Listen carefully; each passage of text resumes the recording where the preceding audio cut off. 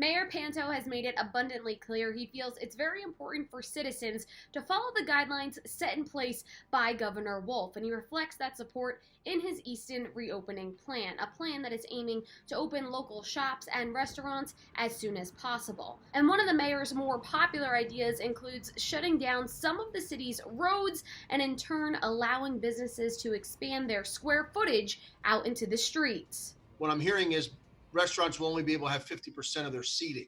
So a restaurant that has 100 seats will only be able to have 50. And on weekends, they need to have 100 people in those seats and they need to turn those tables. So allowing them to expand their footprint out into the city streets allows them to maintain their 100 seats. And that's what we're expecting to do. Allow them to come outside to eat, shut down the streets to traffic, make it safe, and then have people serving them in the new area of where people would normally be parking. Another important part of the mayor's reopening plan is for citizens and store owners to realize that this expansion isn't just for restaurants. Other small businesses in the Easton area are encouraged to participate in the outdoor expansion as well. So if you're a hair salon, which he doesn't want to open under yellow, you can come outside and cut hair and practice social distancing.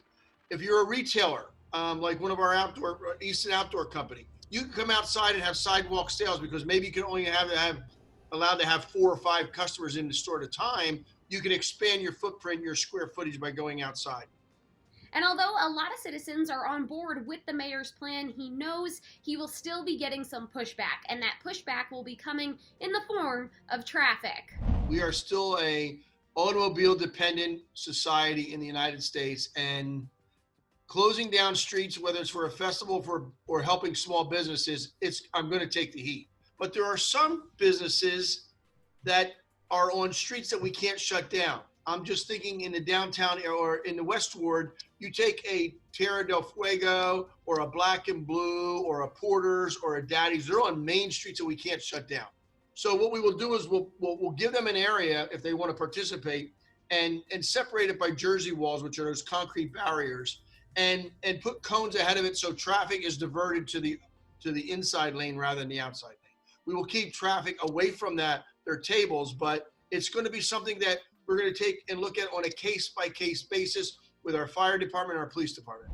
The mayor has also said he would like to hear from the citizens of Easton. Right now, he sees his reopening plan as simply a draft, and new ideas and opinions are welcome. But remember, although reopening is a necessity, it will still be a slow process to ensure safety. As much as I was hoping to reopen the city with big concerts and all kinds of great bands coming in, we're not going to do that. This is a new normal.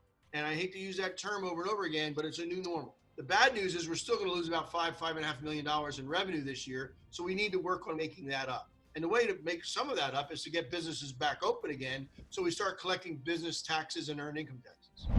The mayor's reopening plan will begin on June 5th, and the outdoor expansion program will be offered Thursday through Sunday. From there on out, the hours are still to be determined depending on how many businesses do get involved. For the Service Electric Network, I'm Courtney DuPont.